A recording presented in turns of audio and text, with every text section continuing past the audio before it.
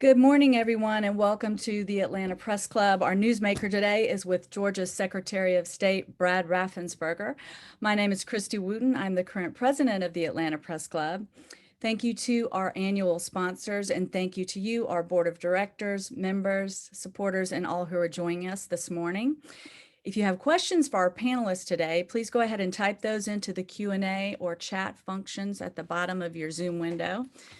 And then you can visit atlantapressclub.org to learn more about our upcoming events, sponsor future events, or donate to the club. We are pleased today to have Secretary of State Raffensperger with us to talk about all things voters and voting in Georgia, disinformation, his book, Integrity Counts, and other topics. For those of us joining us from other states, Secretary Raffensperger was in the eye of the storm after the 2020 US presidential election when former President Trump refused to accept Georgia's election results. The secretary has remained very busy since then, and you may have even seen him on TV recently, including 60 Minutes, CNN, and The Takeout. Welcome, Secretary Raffensperger. Today good morning. We're also lucky to have two journalists with us today who have covered Georgia politics and government for broadcast, print, and digital. Please welcome our co-moderators, Nicole Carr from ProPublica, and Mark Niesse from he's the Georgia government reporter for the Atlanta Journal-Constitution. Welcome both of you and the secretary. We are going to jump right in today and get started with questions. And again, audience members, if you do have questions for the secretary, please put those in the chat or Q&A function. Thanks everybody, and we'll get started. Good morning, everyone, and good morning, Secretary Raffensperger. Thank you for joining us. I'll kick the questions off this morning, and we're going to start really broad with something that's been in the news recently. January 6th, and we know even from a passage in your book and from reporting on the ground that day, January 6th was the day that you were escorted from the Capitol amid a Stop the Steal rally on the Capitol grounds. A former Klan leader had entered the Capitol looking for you that day, and you didn't realize that there was an attack on the US Capitol until you'd returned home and turned on the TV and saw everything that we witnessed that day. This month, the Republican Party has characterized some of the folks engaging in legitimate political discourse, their words in an official statement about January 6th. We have since then seen high-ranking members of the party, including Senate Minority Leader Mitch McConnell, reject that definition of January 6th. So I'd like to know what you make of the divide in the messaging on January 6th within the party and where you stand on that definition. Good morning. Well, where I stand is I always back the blue. I have two nephews. I have a brother-in-law that have been in law enforcement. That's their career. And I'm always going to support law enforcement. What we're seeing right now, we always need to be respectful and mindful that law enforcement has a tough job. And so I'm always going to support the police. And what happened, attack on police officers at the Capitol, is horrendous. In fact, a young lady that went to a Christian high school here in Georgia, graduated from UGA, and then she joined the Capitol Police. And she was one of the first people that was attacked by the mob and ended up with a concussion. And so we gave her an award for being an outstanding Georgia citizen. I'm always going to stand with law enforcement. What do you make of the divide of the messaging within the party at this point? Well, we're going through a process right now, and at the end of the day, we'll come out stronger, better, and unified. But we do need a positive, uplifting message, and I think people are looking for principled, conservative leadership up and down the ballot. I think I've shown that I'll stand and take the slings and arrows, and I'll fight hard to make sure we have honest and fair elections in Georgia. And that's my job, to follow the Constitution, follow the law. Great, Mr. Secretary, great to see you. Thank you again for joining us. It's always good to talk with you and hear from you because, elections are so important. Along the same lines of what Nicole was talking about, you've testified before the January 6th committee, and the AJC has reported on that, everything involving the fallout from the 2020 election, including Trump's call. I know you've talked about this many times, and it's you've been over it again and again, including in your book, Integrity Counts. And I was just wondering, over this last year, have your perceptions changed? And how did you perceive that phone call? Did you feel like it was threatening or coercive? Well, I understand that obviously President Trump, for some reason, I think it was because his people fed him information. And that's why January 6th, I was writing a letter with my general counsel. It's a 10-page letter. And Congress has had that letter now since January 6th, 2021. And they have never sent me any notification, and they never disputed a single point in there. And it was a point by point, refuting of every single allegation that was made. Like, for example, they said there was 10,315 dead people, and all we've ever found was 4. There weren't 66,000 underage voters. There was actually 0. There weren't thousands of felons. There's less than 74, things like that. But every allegation that was made is in that letter. I wrote a book to set the record straight. I'm continuing to set the record straight, because here's what happened, Mark. In fall of 2020, 28,000 Georgians skipped the presidential ballot, and yet they voted down ballot. In the Republican congressional areas, our Republican congressman got 33,000 more votes than President Trump. That's what happened in Georgia, plain and simple. And you talked all about a lot of the checks and investigations that your office has done since then. And now in this 2022 legislative session, there's discussion about having more GBI involvement in elections. We have a proposal. The Speaker of the House, David Ralston, wants to empower the GBI to intervene in election investigations, and similar proposal by former Senator David Perdue, who is now running for governor, calling for a law enforcement election policing branch. And I wanted to hear more about this idea and what you think about it, because the GBI already helped the Secretary of State's office with many election investigations dealing with absentee ballot signatures, ballot harvesting allegations, allegations of counterfeit ballots. And with the GBI's assistance and your own office investigators, those claims were shown not to be true. So what do you think about granting the GBI more authority to investigate in elections? And do you think it's not necessary? Well, the fact is, what we really need is a fully funded elections division and a fully funded investigation division. Right now, we have 22 post-certified officers and inspectors that are part of the Secretary of State's office, but only 2 of those are actually assigned to elections. So during election year, what we do is the other 20 folks are then focused primarily on the election process, looking at infractions, violations, allegations, things like that. But normally then that pulls people off of looking at nursing, engineering, and all the other trades and occupations that we have, and that gets backed up. So if we had a fully funded investigation division, that would really allow us to get these results back quicker. But as we've shown, we'll reach out to other law enforcement agents. When we had that myth about the State Farm Arena, about ballot stuffing and illegality, we reached out to both the GBI and the FBI. And at the end of the day, all 3 of our organizations, ours and those other organizations, said that nothing happened there, interviewed all the people, and watched the full run of tape.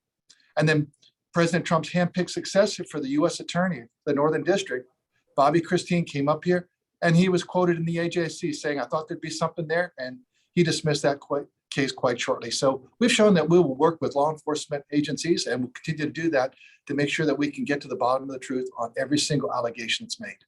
So to be clear, is that support or oppose a proposal to have GBI more jurisdiction to do election investigations in Georgia? I believe that the Secretary of State's office should be fully funded.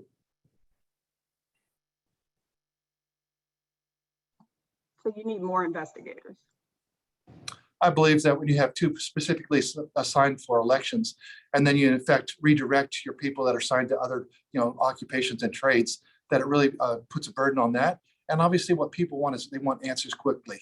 We've had nearly 300 cases. We've about 40 to 50 left to come before the State Election Board. We've cleaned up all the backlog since I've been Secretary of State. We've done yeoman's work to get this thing done. But like I said, we will investigate, and we'll reach out to law enforcement agencies if they can help us with, like we had it for the signature match study that we did, the audit we did in Cobb County. That obviously that was we had to reach out to GBI, and we got that done in short order, and we proved that signature match was performed. Is that sustainable without more security? I know we'll move on to other questions, but I mean, without more law enforcement involved to continue to go back to these agencies and outside of the office? Well, from a historical perspective, yes, it would be. But if you look at what happened in 2018, Stacey Abrams had her stolen election, myth, which was that she was voter suppression. In fact, back in October, she said, just because you win doesn't mean you won. That was just what, 2-3 months ago. And so we eventually, had up to 15 lawsuits from Stacey Abrams and all of her liberal allied groups. We were, spending an awful lot of time with, our investigators on that. And then roll it forward to 2020 was voter fraud. Neither one of them are supported by facts. But if we have candidates that are running with these stolen election claims, yes, whoever it is going to be busy, knocking these things down. Because at the end of the day, what we've shown in Georgia, it's easy to vote, it's hard to cheat. We have the appropriate guardrails to make sure we can identify who these voters are, and we investigate and we prosecute all violators.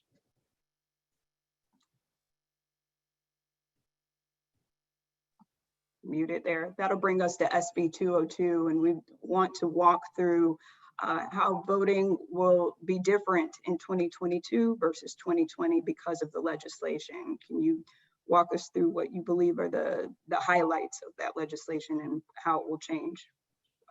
Well, when I ran back in 2018, I said we need to make sure that only American citizens vote in our elections. We need a verifiable paper ballot trail, which we got. And that came in handy because we could do 100% hand recounts. And then also said we need to be able to join the electronic registration information center so we could update our voter rolls objectively. We got that also. And I said we needed to ban ballot harvesting. We got that. But the one thing we didn't get is photo ID for absentee voting. I wanted to have photo ID for all forms of voting, and we finally got that. And SB 202 now will have photo ID with driver's license number, and that's going to improve the security of that and also voter confidence because so many allegations were made about the signature match. Was that subjective? Was it done? Things like that. Well, now it's photo ID based. That's good. We also are holding counties accountable. During the November election, the average wait time was 2 minutes in the afternoon of Tuesday election day. And the longest I saw on the leaderboard was about 50 minutes. And that's great progress. We want to make sure the counties continue that, keep lines short than 1 hour. We're going to use security paper for all ballots. That's a good thing. That helps shore up security and confidence. And then also we now have accountability. If a county can't seem to run an election, and we have one county that's been failing since 1993, because we did our research. We saw the articles in the AJC going all the way back to 1993, which is nearly 30 years ago. Now there's accountability. And there's a review panel looking at Fulton County right now. And so they can improve. And if they don't improve, their board can be replaced and they'll then have a new election director put in place. So accountability is a good thing. And so those are some of the good measures that are put in place that I think that will shore up confidence, but also shore up the accuracy of what we're trying to do. Keeping the third-party groups from flooding voters with absentee ballot applications. But what was happening is that voters were filling out 2, 3, or 4 of those, sending them to the county office, not understanding that it is a problem for the county election official. They're bogged down on paperwork. And so now if you want to vote absentee, request your ballot, and you have to get it in 11 days before so that the county can process it, they can mail you your ballot, and then you can mail it back in or drop it off at a drop box. Drop boxes have been put into state law for the very first time. And we've actually increased early voting up to 19 days for any county that wants to have 2 additional Sunday voting. 19 days versus President Biden's home state of Delaware has 10 days. We have kept no excuse absentee voting. And in Delaware, you need a doctor's permission slip to vote absentee. So it's like I said, it's easy to vote in Georgia. We have record registrations, record turnout. And yet, we've somehow, been picked on by President Biden. But, we're big people. We can fight back and we can push back when President Biden says things that just aren't supported by the facts. And certainly critics of SB 202 have said it would create barriers or hinder voters from going to the polls. Do you think there will be any impact on voters? Because there are a few extra steps, especially on absentee voting, limitations on drop boxes, voter ID. Do you think that will have any effect that would prevent any voters or make it a little bit more difficult for any voters to cast their ballots? No, because photo ID has been used for over 10 years here in Georgia for in-person voting. People said it was going to hurt voters. Hasn't happened at all. In fact, now there's peer-reviewed studies showing it has not decreased turnout. When we go with photo ID with driver's license for absentee voting, they've been using that in Minnesota for now 11 years, I believe. And so they've been using it in a blue state. We're using it here in Georgia. Texas is going to use the same model we're using, driver's license. And that shores up confidence. And then if you look at, we now have 17 days mandatory of early voting. That's more than most northern states. So if you want to really improve voting in America, you need to look at some of these northern states, not Georgia. I want to ask a question about the political climate as it relates to county elections boards who run the elections. Is there concern that because of the climate, of the rhetoric, and of threats that election workers faced in this last cycle, similar to the ones that you faced in your office, that there will be people willing to serve and that the resources will be in place for them to run smooth elections? Because at the end of the day, that's what it boils down to, who's working them in the counties. How do you? Well, I'm not concerned about the poll workers. First of all, they take an oath to follow the law and to do their work. They also go through poll worker training. And those are really skilled professionals that are volunteering. They may get $120 to $150 a day as they're working it, but those are your citizens. Those are the people you meet at the grocery store. You see them at Rotary, Kiwanis, at your church groups, out there at the ball field. Those are good citizens working hard to do the job. One thing that we did find during the election of 2020 is a lot of the people that were third party or political party observers didn't understand, the poll monitors didn't understand some of the rules. So now we have available poll worker training for them so they can understand what process they're going through. So they really have that skill base, that knowledge base, say, oh, I see what they're doing right there. So we do check, and double check to make sure that we're following the process and making sure all the numbers line up. And I think that'll help instill confidence in all the monitors as they're watching that process. We also have encouraged the counties to make sure it's a transparent process. And I visited several county election offices recently, and they're adding additional windows and things like that so people can actually observe the process. And I think that's really helpful to dispel any of that conspiracy theory stuff that happens all the time. When you have transparency, then that really, I think, helps everyone have confidence in what's going on. We had a lot of that in the last election, and it still resulted in those types of threats and just a really tough environment in those polling places where we were reporting. Do you think people are still willing to serve in that capacity? Well, I think you could make a case that by and large, the level of civil discourse in America in all areas has not been the high level that our parents or our grandparents raised us to be.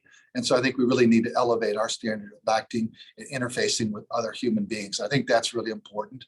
But also we can still be principled in our values. I'm a principled conservative, but we can have honest discussions. But number one, we want to make sure everyone's following the law and following the Constitution, that everyone has the opportunity to vote that wants to do so. Okay, great. That's a lot about the election law passed last year, Senate Bill 202, but there are a lot of ongoing proposals. Election legislation never stops at the Capitol because there's always room for changes and possibly improvements or not laws that aren't necessarily improvements. And so I wanted to hear your thoughts about some of the ideas that legislators have proposed here in the Capitol. One proposal to ban drop boxes entirely. They are currently allowed under SB 202, but only in in-person early voting locations. There's also some legislators want more election audits. And then there's also a bill that would make ballots a matter of public record. I'm really curious what you think about those ideas. Well, number one, banning the absentee ballot drop boxes. Right now, they're inside an election office under the physical observance of an election worker. I think that's much more secure than someone just driving by the post office, and it won't be under any kind of video surveillance, anything like that. So you don't know what's happening at the post office. Plus, we know that although that's not a state responsibility, federal government doesn't know how to run the post office and hadn't run it well for how many years now. We always moan and groan about the post office. So this is a secure way of doing that. It's under the observation of a poll worker. And that was put into place last year with the General Assembly. And I think we need to work through one election cycle, see how it works. But like I said, I've been visiting election offices. I've heard what their process is. And there will be election workers that are actually watching who's dropping these things off. And when people know that, I think that really helps us, instill confidence in the process.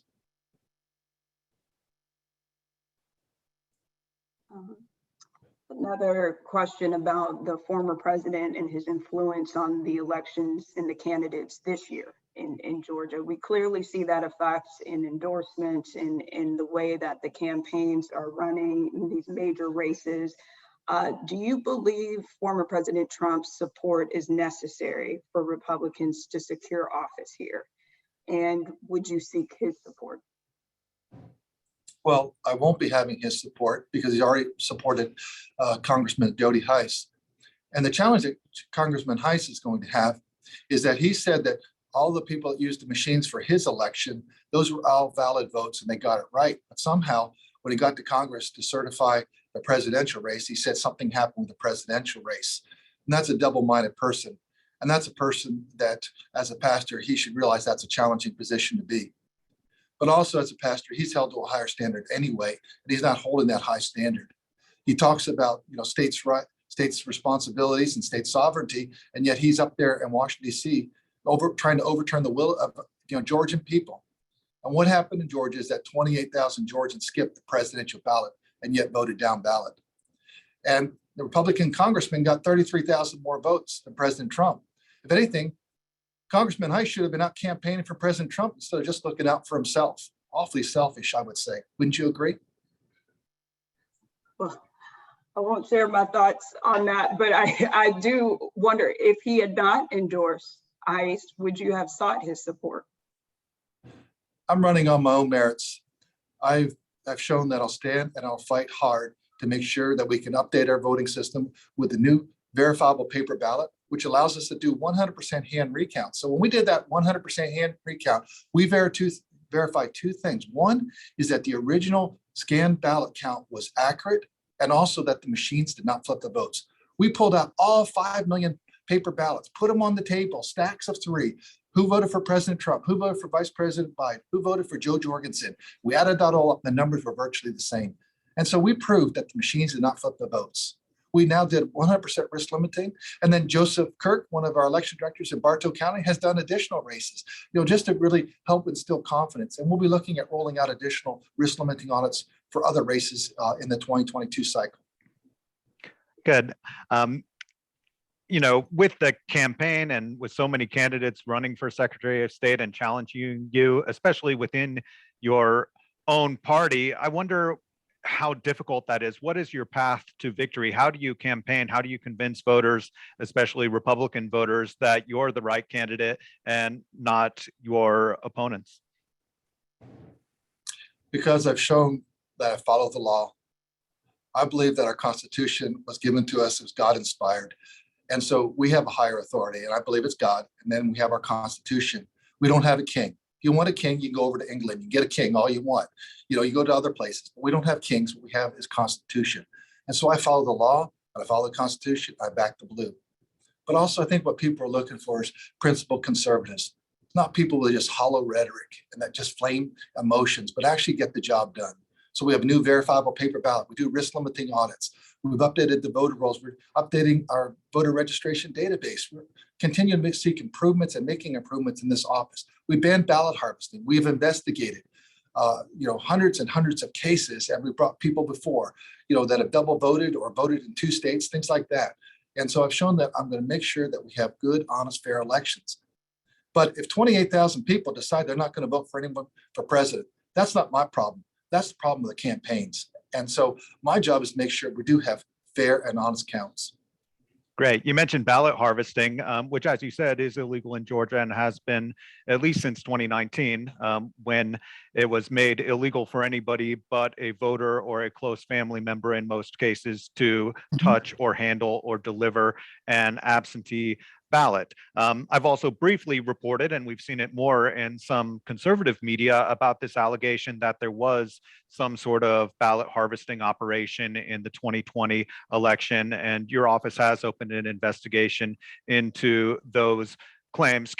What can you tell us about that? Is there anything to this idea that people were being paid to deliver absentee ballots to drop boxes around Atlanta? I haven't seen any evidence of this whatsoever, but I have heard the allegation, and I was wondering if there's anything to it from what you've seen and heard so far. That's what we've heard also. So we opened up an investigation. We saw little snippets, but we have not seen the entire data file that they have, or this person, this John Doe, that says that he was paid. And that requires us to get a subpoena from the state election board. Unfortunately, they had 2 new members. They haven't reconvened and elected an acting chairman yet, but as soon as they do, that's one of our first requests. So we get a subpoena so we can go ahead and find out who is this person, was he paid, how much was he paid, and who paid him. And we'll follow the money trail and we'll find out what truth is there. Like I said, we are going to make sure that we do a thorough deep dive investigation of everything, but we're waiting to be able to file a subpoena with the state election board. They have to choose their chairman first, and that's where we are right now.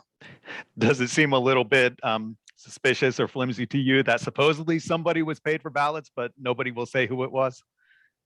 That's why we do investigations.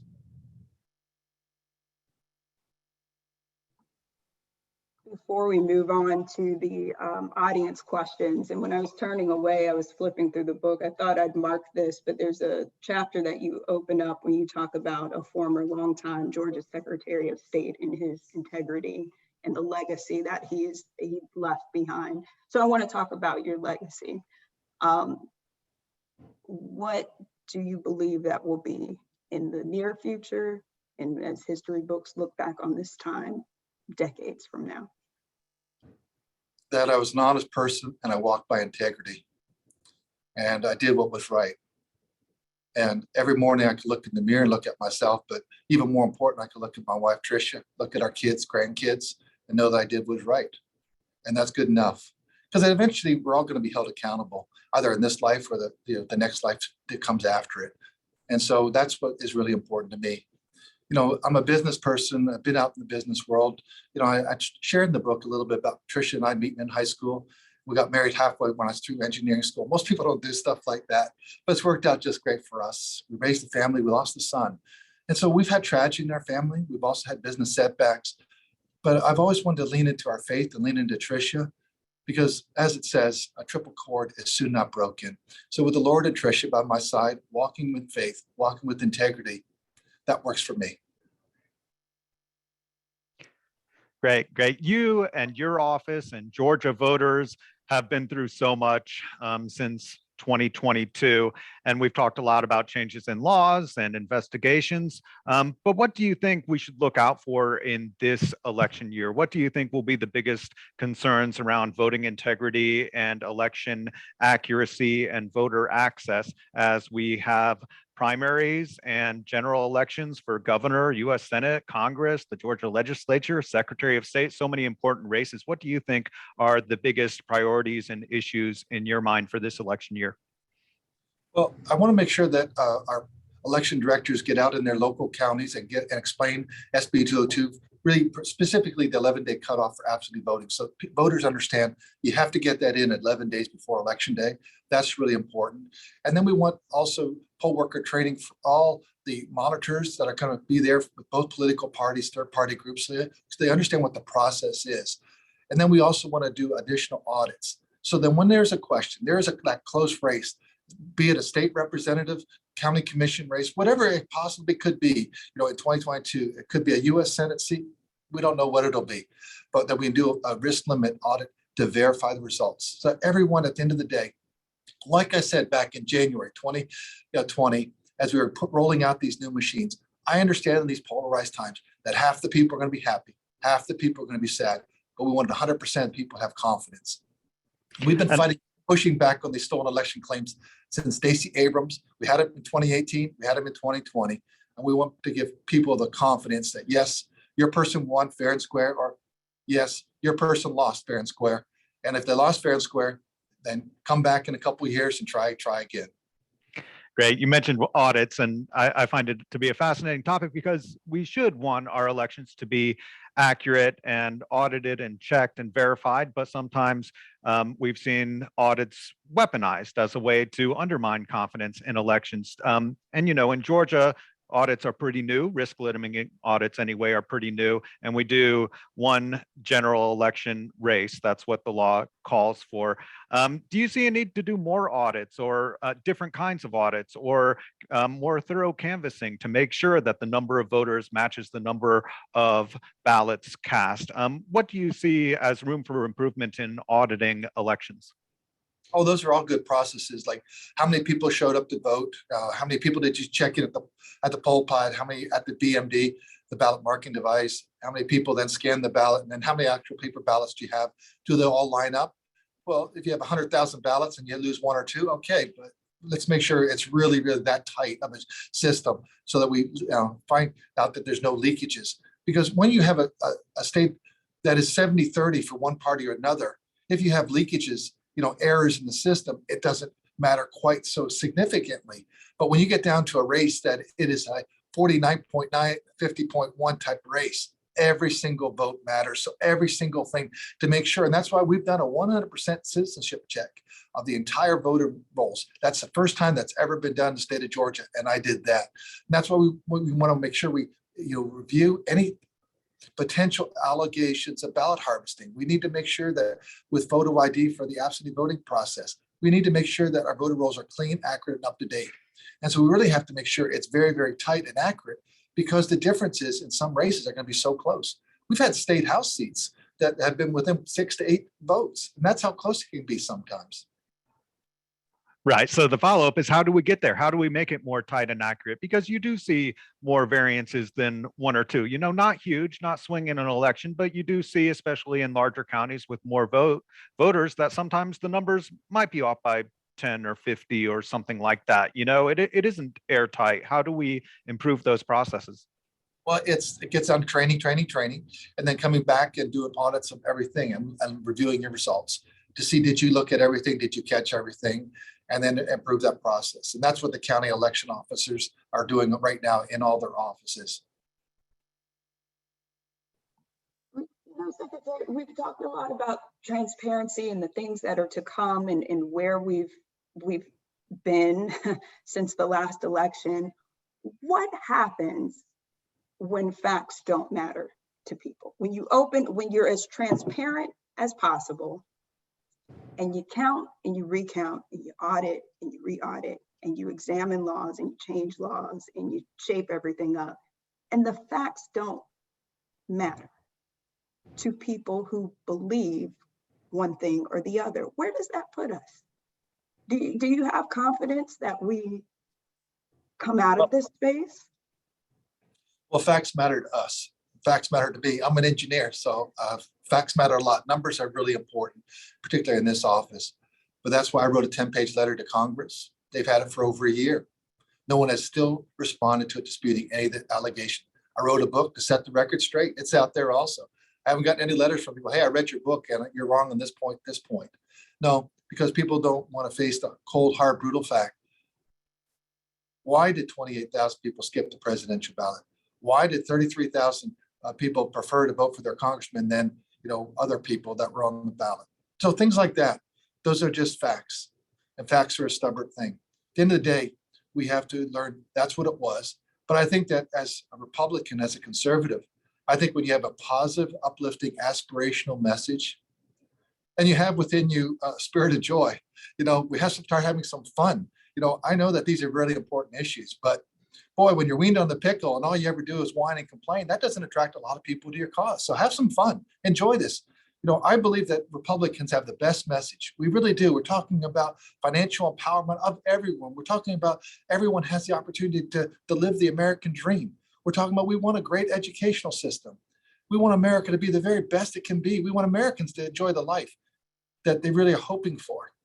And so when we lean into that with principled integrity and leadership, I think then we'll do just fine. And people, at the end of the day, I think when they go home, yes, they're disappointed, but they probably know at the end of the day that this office did what we needed to do. And it's just a tough, bitter pill to swallow. And I understand many of my party are still, grieving over it. And that's why I try and be very gentle. I am very factual, but I need to help them understand that the 28,000 people skipped the presidential ballot, but we checked out all your allegations. There weren't thousands of dead people. There were 4. Those are the type of things, because facts do matter. They do, but we still saw, with all that transparency and laying out the facts, we still saw an insurrection. We saw people who weren't willing to take that and go. And people still want to believe Stacey Abrams' myth of voter suppression. And yet we had record registration, record turnout in the 2018 cycle. because we hadn't gotten to violence yet, with all due respect. I mean, we're in a different place in this country right now. So are you hopeful that we overcome that? Well, I think we are, because what we've shown, like in Georgia, we actually increased the number of days of early voting. Yes, last year when the General Assembly was working on these potential bills, at the end of the day, what they came through was good legislation, because it has photo ID, additional day of early voting, and now it's all 159 counties. We're going to have security paper. We're going to have drop boxes that are put into state law for the very first time. Line shorter than 1 hour, or else next time you got to bust your precinct in half or add equipment. Counties that, if they can't get it right, will be held accountable. So a lot of good measures in SB 202. But the essence of it is, it's never been easier to vote, but we have the appropriate guardrails that makes it very difficult to cheat and game the system.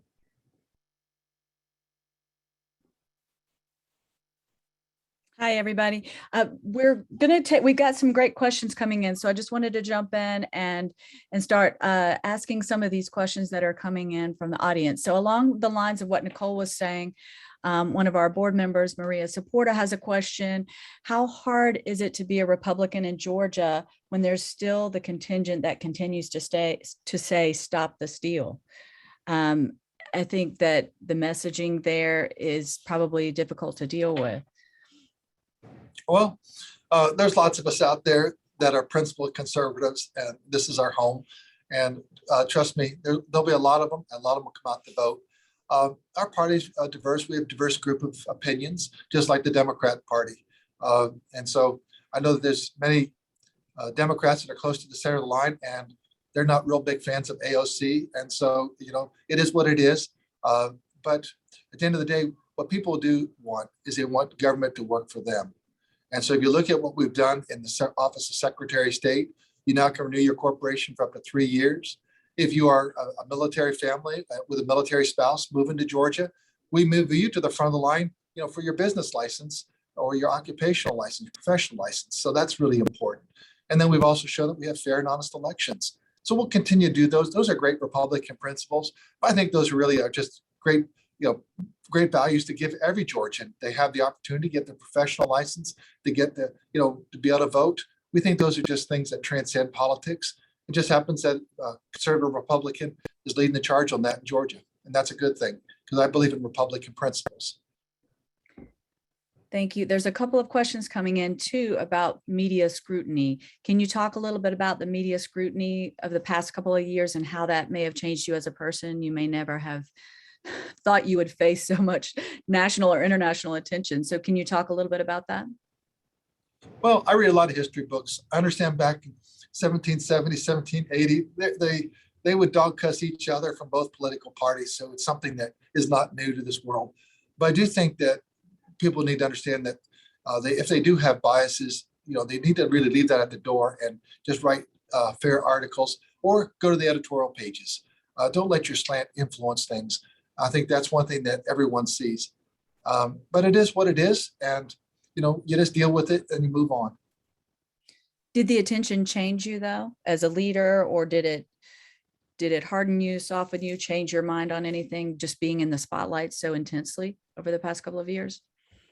No, I'm at a point in my life. I think the Lord's changed me. He's annealed my heart. And I understand that sometimes, people, were clamoring for a king, and it never worked out too well for Israel, And so in the day of the judges, in Judges 7:7, Gideon only had 300 men. So in my race, I'm looking for 300 people to come alongside me in a big way.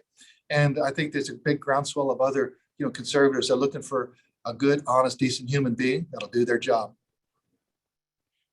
There's another question coming in from Mark Lind.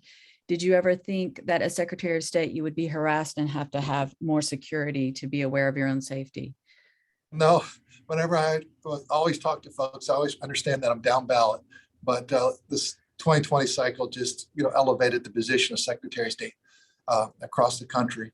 I also write about that in my book, is that when we went, my staff, we went up to Washington, D.C., and we were talking to some of these conservative groups saying, folks, we're just getting swamped with all these lawsuits from the left. And they basically said, well, we feel your pain, but we don't have any money for it. And I think that Republicans didn't understand how important and how significant who the Secretary of State is and what these laws are and how important it is. So for me to ban ballot harvesting was good. To me, to make sure that we got, be able to join ERIC, the Electronic Registration Information Center, so we could update our voter rolls. All the things and improvements that we made in Georgia have been really significant. I think now more Republicans are looking at that. But the answer isn't to find some shill that won't stand on the truth. You're looking for someone that's a principled conservative. And back to your book, there's a question about, will you write another book? One was plenty. It would be on a different topic, but I don't know what that would be right now. Right now, I'm pretty busy with the office and also with the re-election campaign. Great. Nicole and Mark, back to you if you have any additional questions for the Secretary. And the audience, we're running out of time, so if you want to get your questions in, please send those now.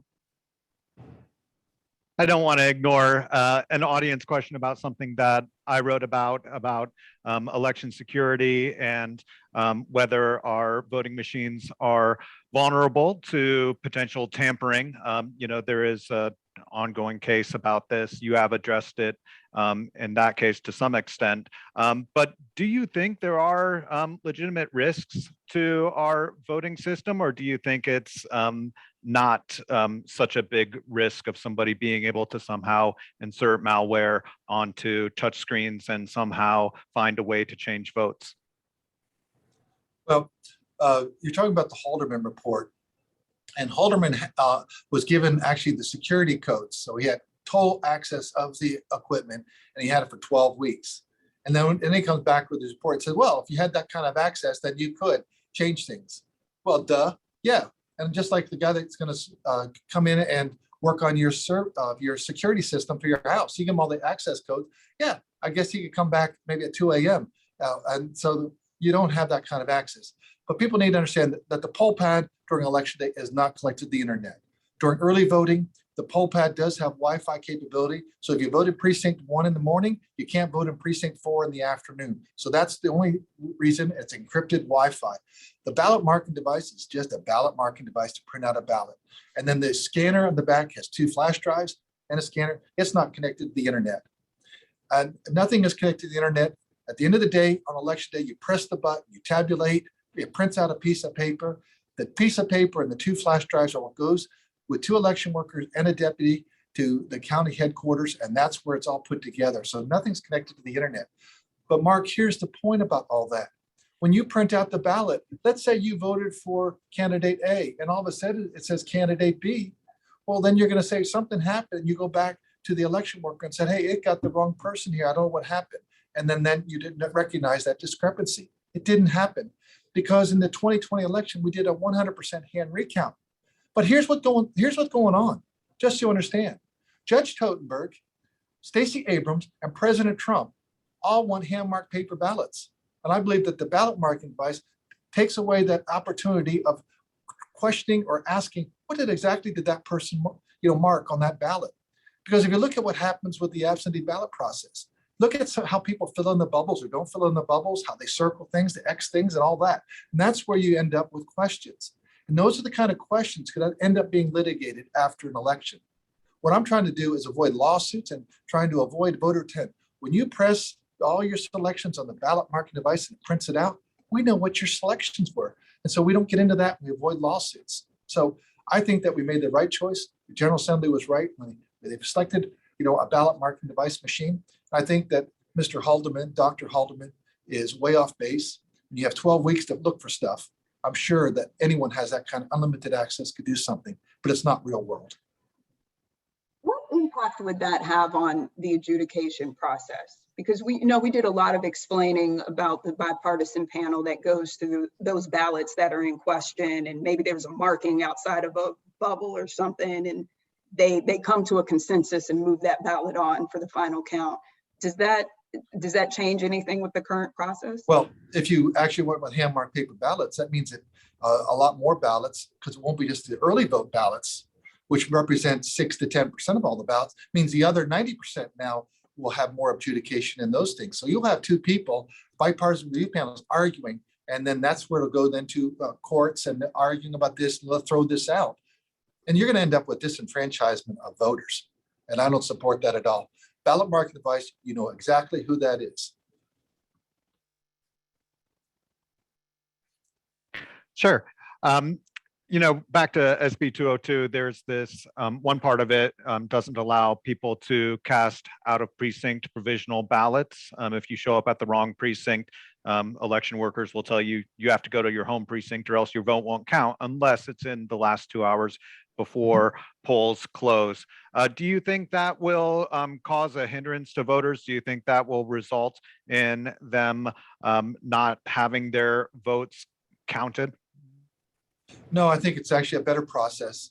And the General Assembly is very moderate in their modification. They say after 5 o'clock, then you can vote out of precinct. But what was happening, it was actually becoming a political strategy. Just go anywhere and vote. But in effect, what you're telling voters is that you're disenfranchising you when you went to another precinct, that all those other ballots that were not at that precinct level, they wouldn't count. Top of the ticket would. And the campaigns that were doing that all it cared about was the top of the ticket. And so this way you don't disenfranchise voters of all the other races that are out there. But also you'd end up with a big line over at this one precinct because they're not supposed to be voting there. So when people go to their precinct, then the counties can manage that because they know how many voters they expect, how many machines we need. So the process just works a whole lot better. And that's the purpose of what we did. And so that's something that's been in place with no out of precinct voting in both Florida and Arizona.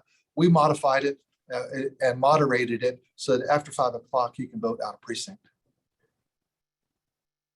Does that underline especially the importance of training in the county election offices too? Because I know with some of those elections investigations, people are saying, well, I was instructed to do this or that or go here or there with the provisional process. I only did what I was told.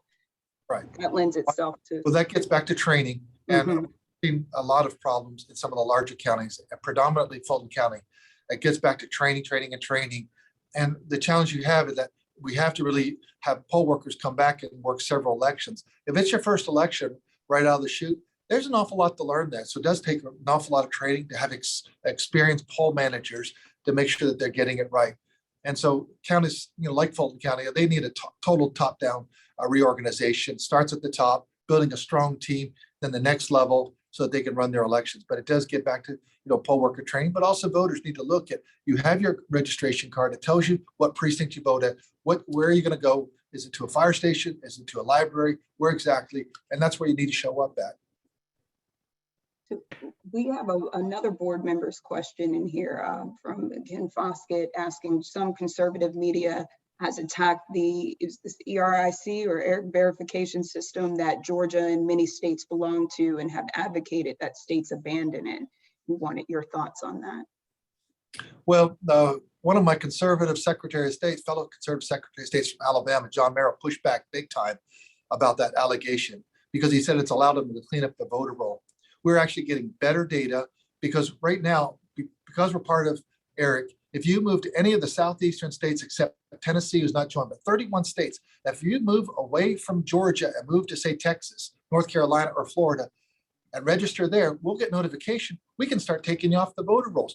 Likewise, if you move from Texas and move to Georgia, we tell Texas that this person has come here registered. Texas can keep their voter rolls. We get better death records. We can really keep our voter rolls updated. If you don't have that, you're going to have dirty lists. And so the conspiracy theory, and this has not been funded by any outside organizations. We had a grant program before we were a member from Pew that got it started. But now the states are paying the full funding of ERIC and it's doing an excellent job. We have better voter roll and better list maintenance because of it. Very good. Very good. Well, I think that's great. Christy, would you like to take over? Thank you so much, Mr. Secretary. Those are great answers. Thank you so much to Secretary Raffensperger and of course to Nicole Carr from ProPublica and Mark Niesse from the AJC.